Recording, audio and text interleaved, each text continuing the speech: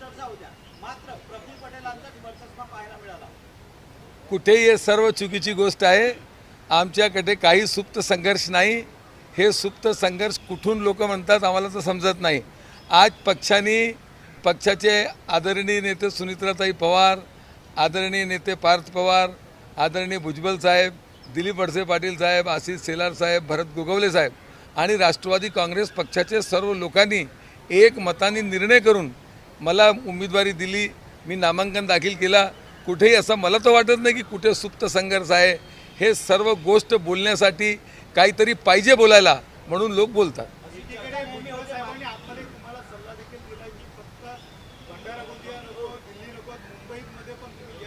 नक्की पक्षाने जे जबाबदारी दिली आहे आणि वडील सारखे छगन भुजबळ साहेबांनी जे मला सजेशन दिलं आहे, तो मला जरी पक्षाने इतकी मोठी जबाबदारी दिली तो दिल्ली, भंडारा, गोंदिया आणि मुंबईपर्यंत आपले क्षेत्राचे, राज्याचे विकासासाठी जे करता येतील ते मी करणार।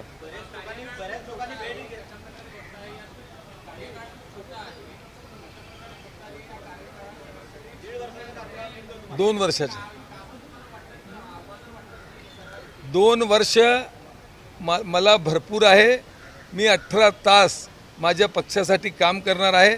माझ्यावर आदरणीय अजितदादाचा जे आशीर्वाद होता त्यांच्या बरोबर मी जे काम केलं, महाराष्ट्र राज्य सहकारी बँकमध्ये काम केलं, विधान परिषदमध्ये 12 वर्ष काम केला आणि मी सध्या गोंदिया जिल्हा मध्यवर्ती सहकारी बँकेच्या 19 वर्षापासून अध्यक्ष आहे।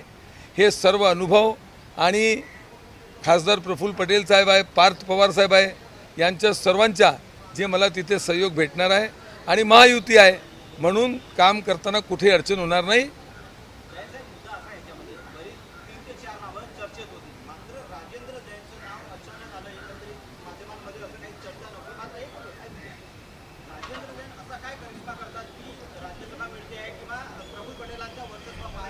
पक्षात सर्व नेते बराबरीचे आहे आणि काही वर्चस्व राहत नाही।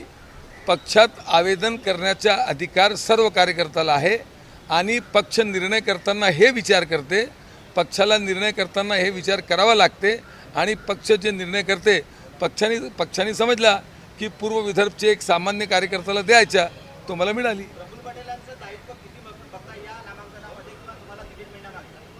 माझ्या माहितीप्रमाणे मला सर्व नेत्यांनी माझ्या नावावर एक मताने शिक्कामोर्तबा केला, तो माझे सर्व नेत्यांचा माझ्यावर आशीर्वाद है।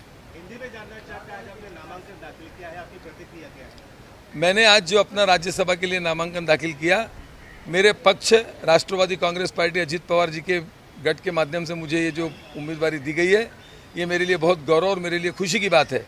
मैं अपने नेता आदरणीय स्वर्गीय अजीत दादा पवार के नेतृत्व में